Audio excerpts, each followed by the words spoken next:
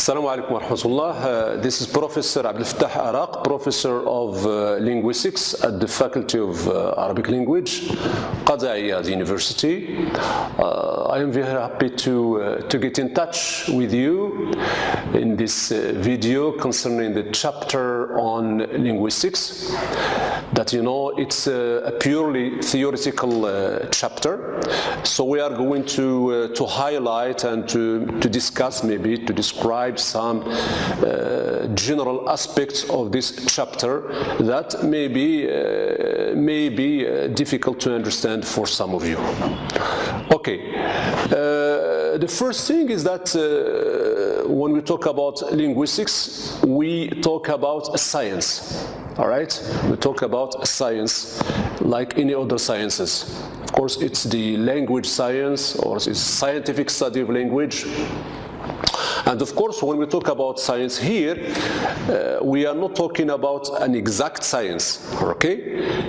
As we do with mathematics or physics or chemistry or electronics.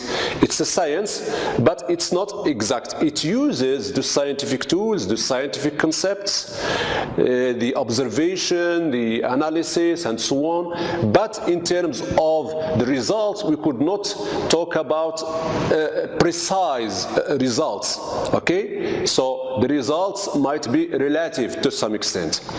Okay, so when we talk about this scientific study, it tries to reflect our unconscious knowledge of language into conscious knowledge of language. It means that all of us during our childhood, we have internalized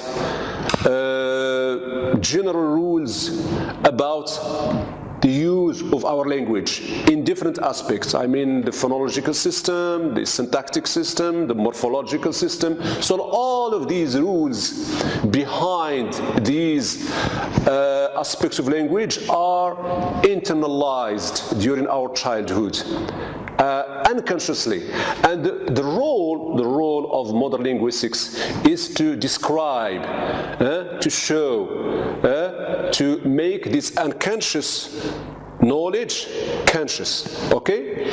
And of course, another major important thing is that in modern linguistics, we are interested, of course, in different languages. Yes, we study individual languages or the property of different languages to arrive to the universal properties or aspects of all human languages, because as you know, there are some universal or some general linguistic properties that are shared by all the human languages in the world.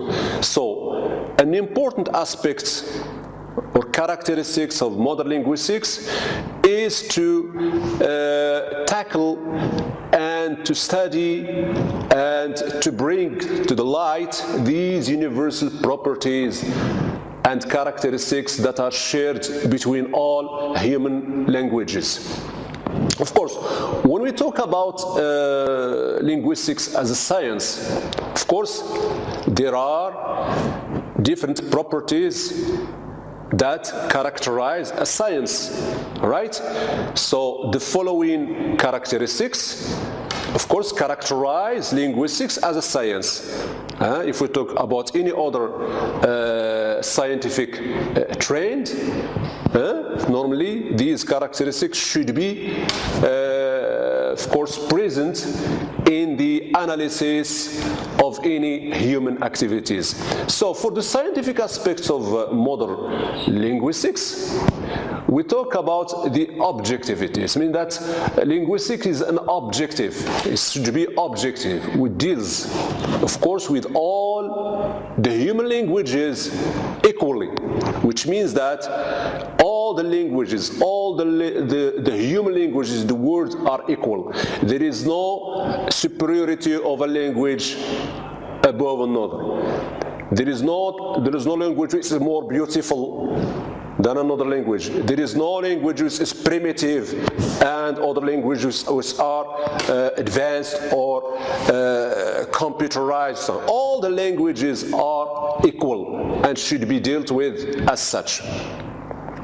The second aspect is that linguistics is an empirical science. Empirical science, but of course we mean that we start with observation, we move on to the analysis to arrive to the conclusion. This is the general aspect of most the sciences, of course, that exist on the earth. It means that we have these empirical aspects, means that we deal with facts.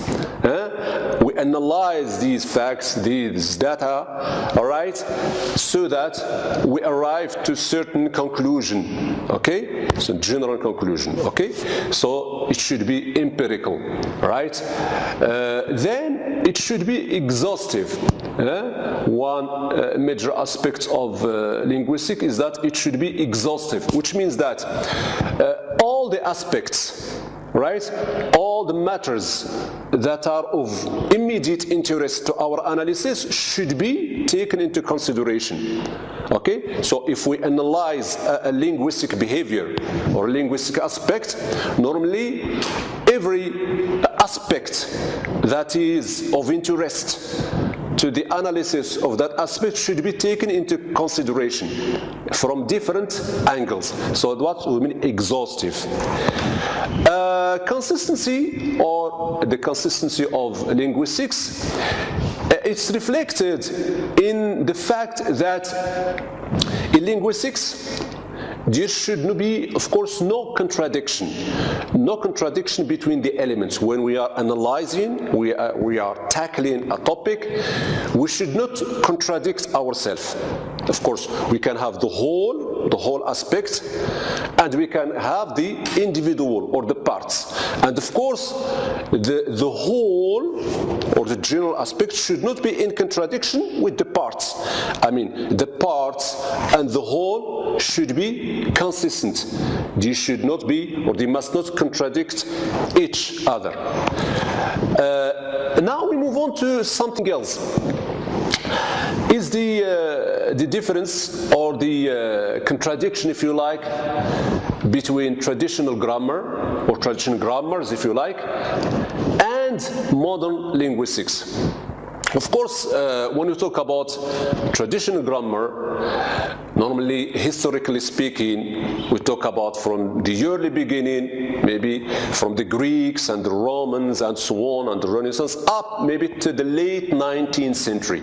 So all of this period, all of this historical period was part of traditional grammar. We talk about the Greek tradition, the Roman tradition, the Arab tradition, the Middle Ages, the Renaissance, you know, and even in modern times. In modern times, why? Because there are still some linguists, we have still some linguistic traditions that believe in some traditional linguistic aspects. That's why we see that there is a continuation of traditional grammar even in modern times. The basic aspects that characterize traditional grammar or traditional grammars in general is that it was not autonomous, it was not independent as in modern times. So linguistics, or the study of language, was in connection or language, of course, it was used to serve the analysis of other fields like culture, like philosophy, like literature, which means that language in the traditional grammar or traditional grammars was not studied as an end in itself, but it was studied in relation to other fields, like philosophy and literature. Now, when we come to the basic, contradictions, okay, or differences, or major differences between traditional grammar and modern linguistics, as we have just said, of course, languages or language in traditional grammar was studied in relation to other disciplines, as we have just mentioned. Why? While in modern linguistics, language is autonomous, it's independent. It is studied, of course, for its own end. Of course, we are going to see that this independence is relative, because normally language, of course, nowadays, yes, it can be studied as a structure, but it interacts with other fields. Okay. Okay, another basic contradiction between traditional grammar and modern linguistics is that in traditional grammar we have the priority. Priority is given to what? To the written form. So in most traditional grammars, the essence of language is the written mode, not the oral mode. And of course, for traditional grammars, the written form represents the purity, the essence, right, that should be respected, and the oral form should respect the written form. Okay, that's the basic aspect of this difference in this mode. I mean, the written form is given priority in traditional grammar, while, as of course we have seen in the first chapter, the priority or primacy or priority in modern linguistics is given to, of course, to speech, right? And of course we discussed that in the first chapter. Okay. Another aspect of the contradictions or basic difference between traditional grammar or grammars and modern linguistics is that traditional grammar was described as prescriptive. What does it's prescriptive? It prescribes. It gives you rules, okay? Rules that must be respected, which means that traditional grammar stands for authority, right? We have special rules, special linguistic rules that should be respected and applied both in writing and speaking. This is it prescribes. While modern linguistics, it does not prescribe, it describes. Modern linguistics generally is descriptive, as we have just seen. It's tried to describe what? The abstract knowledge. Our abstract knowledge of our language is described in modern linguistics in different angles, in phonetics, in phonology, in syntax, in morphology, and semantics. So all of these abstract knowledge, abstract linguistic knowledge that we have internalized during our childhood, for instance, concerning our native language, are simply described, okay, in modern linguistics. So traditional or modern linguistics does not prescribe, it describes, okay? And of course, normally for traditional grammars, the language change has been considered as a kind of corruption, something which is corrupted. And of course, by the way, any language change, of course, has been considered a kind of falsification of corrupted forms, because the essence, as we just said, should be the written form. The written form or the purity of the written form should not be changed. Okay? And the belief of most traditional grammar, the belief is that any change is for the worse, not for the better. While in modern linguistics, change is something which is normal, something which is inherent, something is part, something which is logical, is a logical characteristic of modern language. Language is subject to change and evolution. And the change is not a question change to the better or to the worse, but change like this. And of course, the change, normally, most of the changes that happen in language, it comes first, they happen first on the oral level, before the written level. Okay? Again, modern linguistics, of course, as we have just seen, is more objective and empirical. Okay? More objective and empirical than, of course, traditional grammars. Of course, it means that it makes use of scientific tools, of scientific concepts, of scientific methods, and scientific notions, like the following. For instance, when we want to make, to describe or to specify or to make notations about some linguistics, of course, linguistic aspects, as in phonology or in phonetics or in morphology or syntax, there are special notations, special notational conventions that should be, of course, respected. So, for instance, as you can see in front of you, we use these kind of obliques or slashes for phonemes or phonological segments. We use, of course, square brackets for what? For allophones or for phonetic segments. We use, of course, curly brackets for morphemes or morphological segments. We use also parentheses for what? For optional segments. I mean segments that are used as option, as a choice.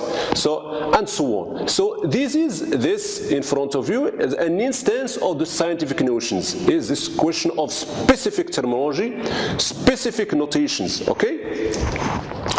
Okay. After this, we go on to within modern linguistics. Within modern linguistics, of course, we have some distinctions.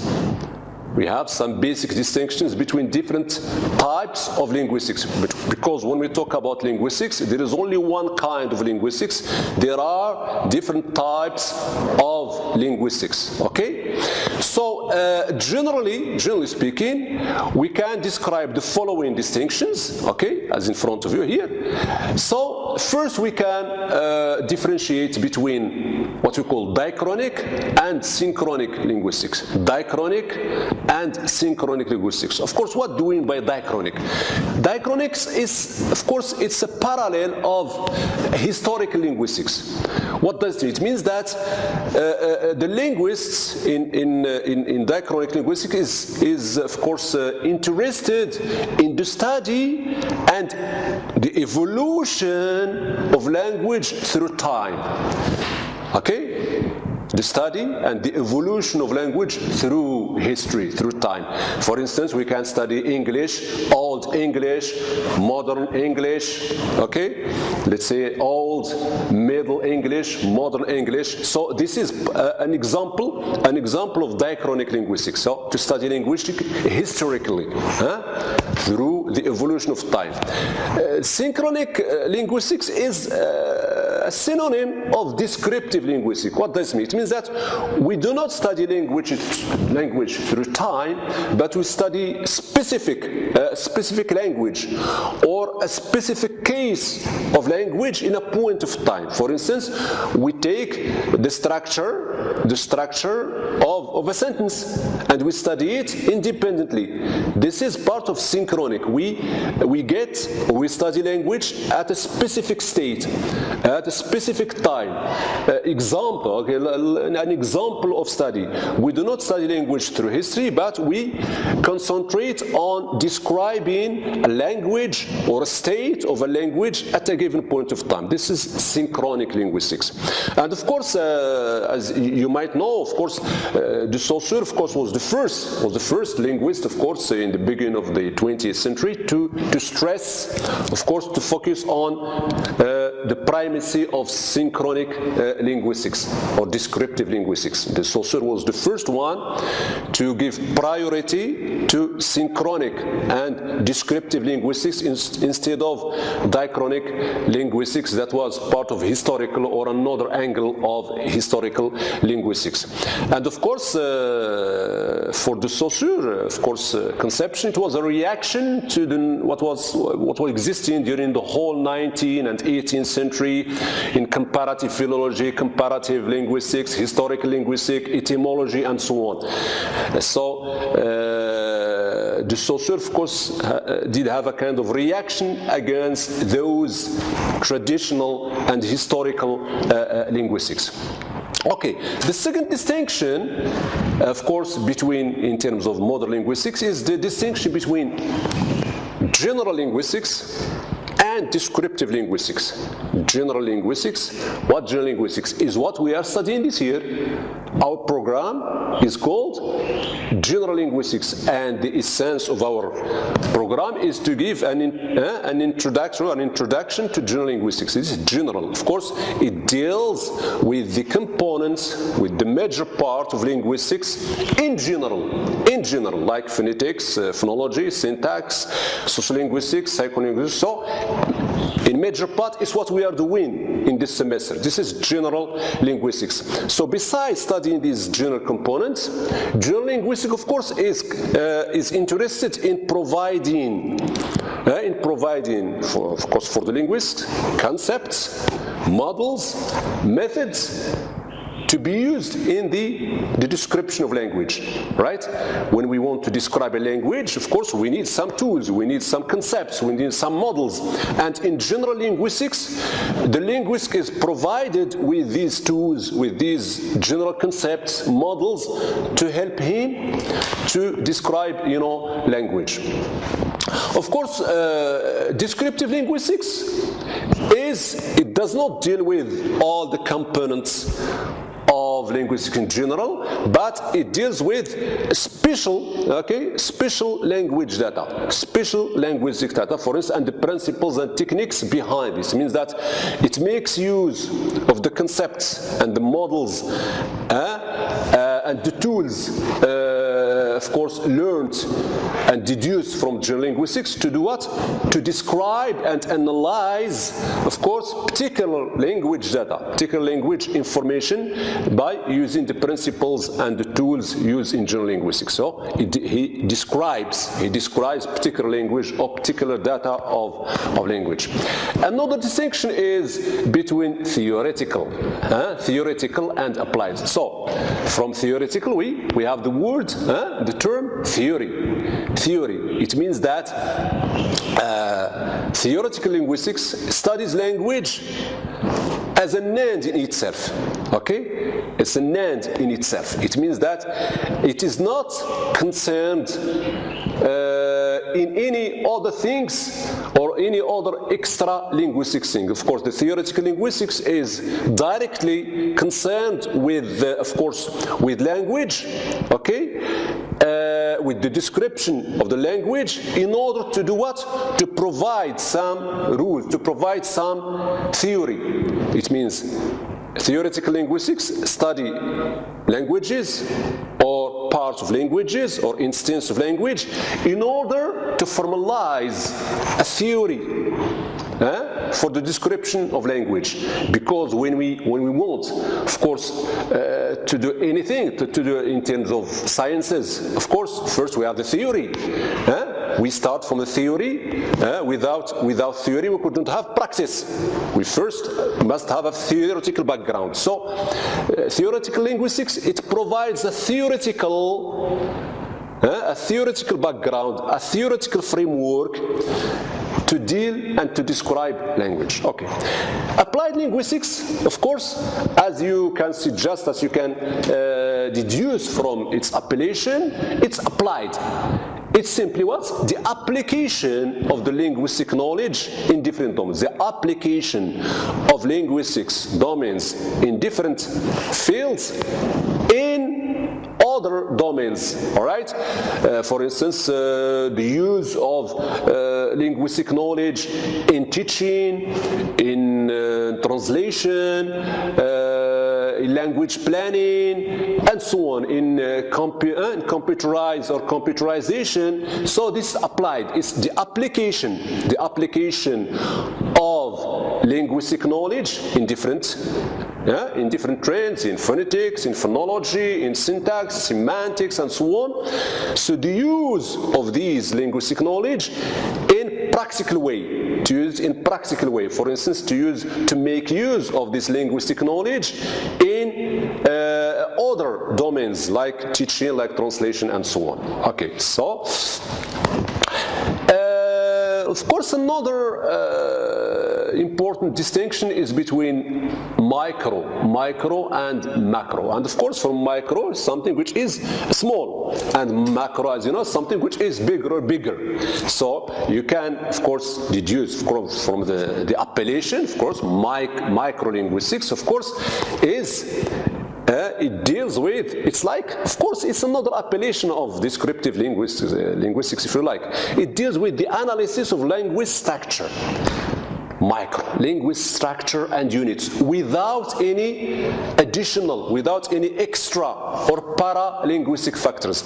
It focuses on language structure and units without any other extra or paralinguistic factors. Okay, this is what we call microlinguistics. We study language as structure, as a unit, a structural unit, and we do not involve any other extra factors like sociology or psychology or something.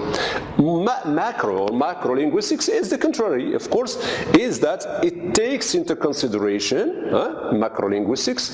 It takes, of course, it investigates, of course, extra linguistics. It studies language plus extra language or paralinguage factors. Language plus extra or paralinguistic factors like the historical, the sociocultural, the psychological, and so on and so on. This is why I call the macro. That's why I call macro, because it's bigger. It means it does not consist itself with the structure, with structure of language as with microlinguistics. It extends itself to tackle other broad domains, right? Right. Now, if we try to talk a little bit about the aspects or modern linguistics, if we try to talk about some schools within, of course, what we have just tackled, some general differences between different general types of linguistics. Now we go on to talk about schools, linguistic schools or linguistic strains, or linguistic orientations in modern times. So normally, as you may know, right, modern linguistics, of course, modern linguistics for most of the parts, of course, is connected with de Saussure in 1916, as you know. Maybe he's one. It's like a pioneer. It's a pioneer. It's someone. It's like someone founder. It's like the founder or the father of modern linguistics, starting from the 1916. Because before that, there was the traditional schools. This was just language was studied just historically, comparatively. It was just studied in relation to other trends, to other in connection with philosophy, literature, with poetry. But starting from de Saussure, and after that, of course, the focus was on language as an autonomous aspect. So, in terms of modern times, of course, there are many schools, but the major or the most important schools in modern linguistics are three. The first one is the structuralism, and of course from structuralism we have structure. It means that the essence, the most important aspect is to study language as a structure, as a unit, or structure unit, okay, independently from any other extra-linguistic aspect as we have just seen. So it's what? It's the study of the structure of language, the units of language as autonomous, as an autonomous aspect. Of course, in structuralism, there was also a kind of influence. Structuralism was highly affected or influenced by what? By behaviorism, by the behaviorist school, the behavioristic school, which maintains that language is a kind of habit. Okay, which means that of course, the acquisition of language within behaviorism is considered as a kind of habit or habit formation, a kind of stimulus response, a kind of imitation, and there is no mentioning of the role of the mind, the role of the brain, the role of the innate being of the human being, as we have seen in the mentalistic, of course, school before, and we are going to see right now. The second, of course, major school is functionalism. Functionalism, of course, it was a kind of reaction. It did have a kind of a reaction against structuralism. So for functionalism, we should not concentrate on language just as a structure, but also, and most importantly, as a function. The function of language in society. So language for functionalists should be considered and studied as both as internal structure, but also as a function, the function it plays in society in terms of the communicative aspect. And of course, later on, there were some linguists that talk about communicative competence, that normally the most important aspect of language for some linguists like Delheims is the communicative competence.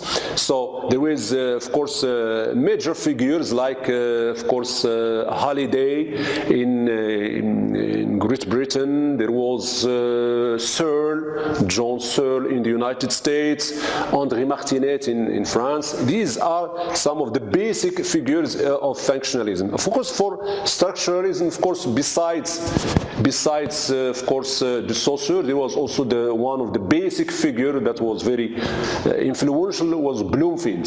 The American linguist Bloomfield was very influential. Now, the third major school is the mentalistic, or the mentalistic, of course, school, or what we call the last chapter, the rationalist school. So the mentalistic or the rationalist school, as we saw in the first chapter, it deals with linguistic or language activity as an activity of the mind, of the brain. It considers language as an innate faculty, It means that language is not a question of habits, as in behaviorism. It's not a question of habit formation or imitation. It's not habit formation for Chomsky, it's rule formation. Which means what? That when we are learning our language during our childhood, we are not imitating, we are not making habits, we are internalizing linguistic rules. And these linguistic rules will be applied in reality, and will be, of course, functional in reality. So there is no kind of imitation or stimulus and response. It means that a human being, the human, is equipped with what Chomsky called LAD, or language acquisition device. It means that he is innately equipped with essential biological capacity to learn language. And of course, Chomsky differentiates, as we discussed before, between linguistic competence. The linguistic is what is the internalized knowledge, of those rules. Normally, during the childhood, we internalize all different rules pertaining to our language in different stages. So this linguistic competence refers to what? To those internalized rules. This is linguistic competence.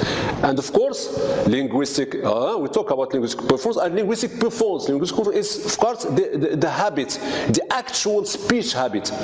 It means that linguistic performance is the translation, the reflection of those internalized rules in reality. Okay? So, and in addition to that, in the mentalistic or the rationalistic school, as we mentioned before, the important thing, one of the most important thing, is to focus on universal properties that are shared between all the human languages, or what Chomsky called universal grammar, which means that all human languages, of course, share special, essential characteristics. And those, of course, the role of the modern linguistics is to study, to look for those universal properties and characteristics. Okay, so with that we arrive to the conclusion of our discussion and explanation or highlighting of some major points on our chapters on linguistics, which, as you know, was wholly theoretical chapter. Of course, with the first chapter, which was also theoretical chapter, and the other chapters, of course, which deals with phonetics, phonology, morphology, syntax. Of course, they combine between theory and practice. And of course, we talked about, we define linguistics as scientific study of language or language science. We talked about the major difference between traditional grammar or grammars and modern linguistics. We talked about the scientific aspect of linguistics, which is characterized in being objective, consistent, exhaustive, economical, right? Then we move on to talk about some major, of course, linguistics, the different kinds of linguistics in modern times, as general linguistics, descriptive linguistics, synchronic versus diachronic, general, applied, and so on. And finally, we talked about the major three modern linguistic schools, which are, of course, structuralism, functionalism, and the mentalistic school. And of course, these last two, I mean the mentalistic school and the functionalist or the functionalistic school, were, of course, a kind of reactions against, both of them were a reaction against what? Against structuralism. So with that, I hope you big success and of course good results and very good continuation in your studies and in your coming semesters, inshallah. Good night.